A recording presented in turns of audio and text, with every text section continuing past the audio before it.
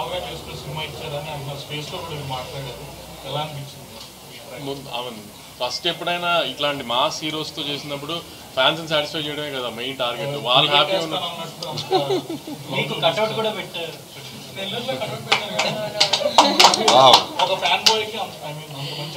అదే మనం mass cinema తీసినప్పుడు ముందు అప్రిషియేషన్ రావాల్సిందే ఫ్యాన్స్ దగ్గర నుంచి. సో ఫస్ట్ అది వచ్చేస్తే వెరీ హ్యాపీ. దాని తర్వాత జనరల్ పబ్లిక్ ఇంకా స్లోగా. అలాగే తమన్ గారు కూడా ప్రీ రిలీజ్ ఈవెంట్లో మా కాంబినేషన్ అంటే ఇలాగే ఉంటుంది, కాకపోతే రెడీగా ఉండండి అన్నట్టు కామెంట్ చేశారు. ఇంత కాన్ఫిడెన్స్ ఎలాంటి ఎవరికి చూసిన తర్వాత?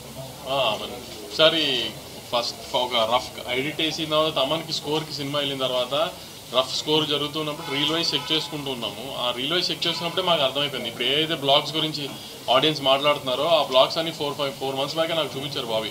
సో అప్పటి నుంచి నాకు తమన్కి ఆ గట్టి నమ్మకం వచ్చేసింది, ఇది తగులుతుంది గట్టిగా అని. సో కానీ ప్రాసెస్లో we made it even better.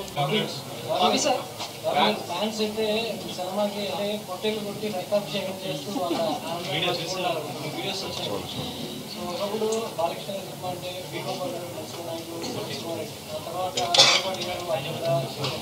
ఇప్పుడు అదే కాంబినేషన్లో అదే సిరీస్లో బాబీ కూడా జాబితాలో వచ్చేయడం, బాలయ్యతో వర్కౌట్ అయ్యే సినిమాలు ఏంటంటే పండగ అంటే బాబీకి సో దానికోసం రావడం అనేది చాలా ఆనందంగా ఉందండి. థ్యాంక్స్.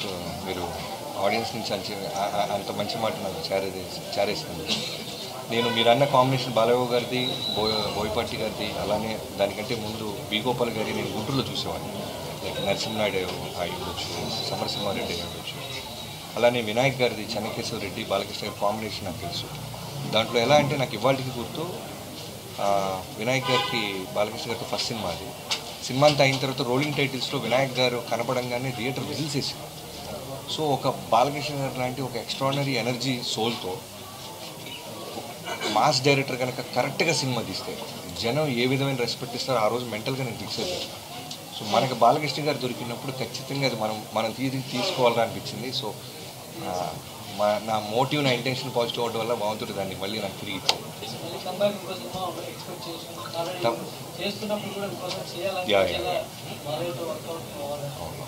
తప్పకుండా ఉంటుంది. ఇప్పుడే అనేది చెప్పలేము.